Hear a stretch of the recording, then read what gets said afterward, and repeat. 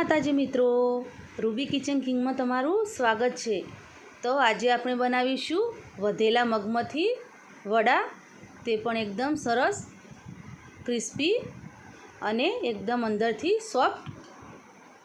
જો તમે પહેલીવાર બનાવતા હશો તો પણ તમે આ રીતે બનાવશો તો તમારા વડા પણ એકદમ પરફેક્ટ બનશે। તમે જોઈ શકો છો વડા એકદમ સરસ ક્રિસ્પી અને પરફેક્ટ બન્યા છે। તો ચાલો આપણે વધેલા મગના વડા બનાવવાનું શરૂ કરીએ।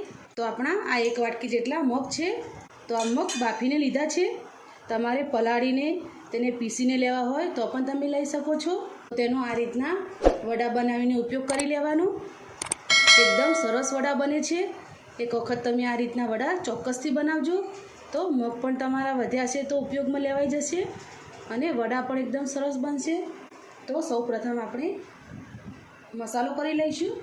આ એક વાટકી જેટલો ચણાનો લોટ લીધો છે, તેમાંથી આપણે અડધી વાટકી જેટલો ચણાનો લોટ અત્યારે નાખીશું। જરૂર પડશે તો આપણે થોડો નાખીશું। તો ચણાના લોટના લીધે આપણે વડાને સહેલાઈથી થેપી શકશું। 2 થી 3 ચમચી જેટલો ઝીણો રવો નાખીશું। તો ઝીણો રવો નાખવાથી વડા એકદમ ક્રિસ્પી બનશે। આ એક નાની ડુંગળીને મેં આ રીતના ઝીણી ઝીણી સમારી લીધી છે, તો તે નાખીશું। આ આદું, લસણ અને મરચાં અને જીરાની પેસ્ટ બનાવી લીધી છે, તે 2 ચમચી જેટલી છે, તો આપણે તે નાખીશું। અને આ નાની વાટકી જેટલી કોથમીર નાખીશું। તો અડધી ચમચી જેટલું લાલ મરચું પાવડર નાખીશું, કારણ કે આપણે 3 થી 4 લીલા મરચાં ક્રશ કરીને લીધા છે। અડધીથી ઓછી ચમચી જેટલી આપણે હળદર નાખીશું। 1 ચમચી જેટલો ધાણા જીરું પાવડર નાખીશું। તો આપણે સ્વાદ પ્રમાણે મીઠું લઈશું। આ અડધી ચમચી જેટલો અજમો છે, તેને આ રીતના 2 હાથની હથેળીમાં ક્રશ કરીને નાખવાનો, તો મગના વડા આપણને પચવામાં થોડા સહેલા પડે। જેટલો ગરમ મસાલો નાખીશું। ગરમ મસાલો નાખવાથી વડા એકદમ સરસ લાગે છે।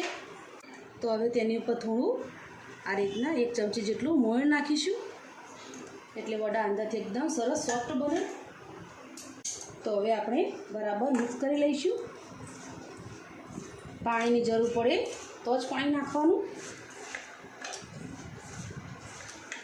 તમારા પ્રોપર મગ બફાયા હશે તો તમારે પાણીની જરૂર નહીં પડે। તમે મગના દાળ વડા ખાધા હશે, પણ આ રીતના બાફેલા મગના વડા એક વખત ચોક્કસથી બનાવજો અને તમે મને કમેન્ટમાં જરૂરથી કહેજો કે તમને આ વડા કેવા લાગ્યા।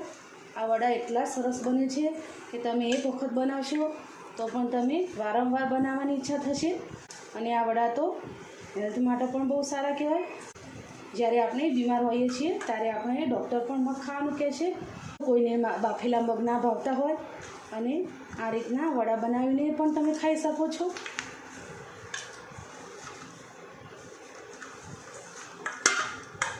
આને તમારે સેલો ફ્રાય કરીને તમારે વેટ લોસ કરવા માટે ઉપયોગ કર્યું હોય તો પણ તમે આની ટિક્કી બનાવીને પણ તમે ખાઈ શકો છો, તો તમારો વેટ લોસમાં પણ તમારે સારી મદદ થઈ જશે। પણ અત્યારે તો આપણે વડા બનાવી રહ્યા છીએ।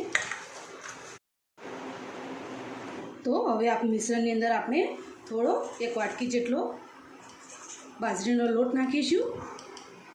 આ રીતના સરસ ચાળીને લેવાનો, તો બરાબર મિક્સ કરી લઈશું। તો આ વડા આપણા એકદમ સરસ હેલ્ધી બનશે, કારણ કે મગ, ચણાનો લોટ અને આ બાજરીનો લોટ અને સોજી એમ કરીને આપણે એકદમ આરા હેલ્ધી વડા થઈ જશે। જ્યારે લોટ એકસાથે હોય એટલે તમારી ગમે એવી બીમારી હોય તો પણ દૂર ભાગી જાય।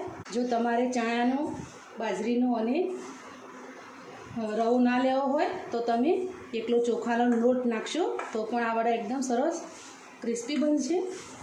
તો આપણે 1 ચમચી જેટલું પાણી નાખીશું। તો આપણા આટલા લોટમાં ફક્ત 1 ચમચી જેટલું પાણીની જરૂર પડી છે અને આપણો લોટ બંધાઈ ગયો છે। તો વડાને થેપી લઈશું। આ રીતના ગોળ લુઓ કરીને 2 હાથ વચ્ચે આ રીતના દબાવીશું, એટલે એકદમ સરસ વડું બનીને તૈયાર થઈ જશે। તમારે નાનું મોટું જે રીતનું બનાવવું હોય તે રીતનું તમે બનાવી શકો છો.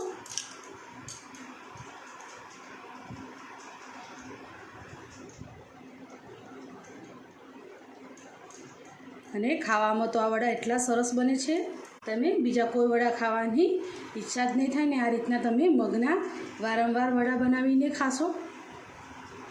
તો આપણે આ રીતના બધા વડા બનાવી લઈએ.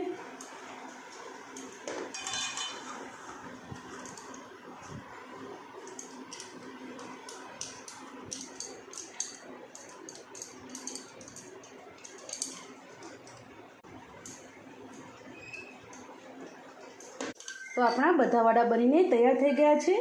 તો આપણે તેને તળી લઈશું. આપણું તેલ ગરમ થઈ ગયું છે, તો આપણે વડા નાખીશું. જેટલા સમય તે રીતના આપણે વડા નાખીશું.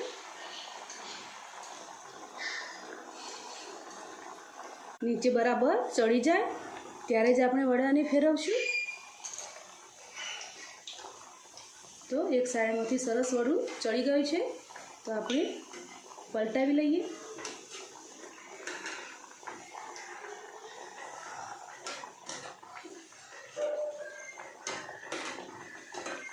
તો વડાની એટલી સરસ સુગંધ આવી રહી છે. તો આપણા વડા એકદમ સરસ તળાઈ ગયા છે. તમે જોઈ શકો છો કેટલા સરસ વડા બન્યા છે. તો તેને એક વાસણમાં કાઢી લઈશું અને એ રીતના જ આપણે બીજા વડા તળી લઈશું.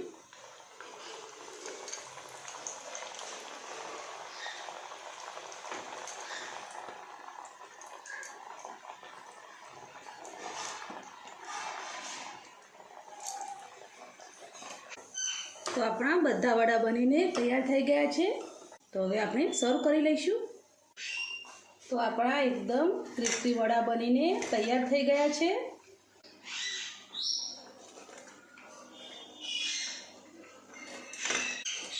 તો આપણે આ વડાને દહીં સાથે સર્વ કરીશું. તો આપણા મગના વડા બનીને તૈયાર થઈ ગયા છે. તો આપણા એકદમ સરસ ક્રિસ્પી એવા આપણા બાફેલા મગના વડા બન્યા છે. આપણે સોડા નહોતો નાખ્યો તો પણ વડા એકદમ સરસ અંદરથી પોચા અને એકદમ સરસ તમે જોઈ શકો છો. સરસ બન્યા છે ક્રિસ્પી. તો આ રીતના તમે વડા ચોક્કસથી બનાવજો. અને આ વડા દહીં સાથે તો એકદમ સરસ લાગે છે.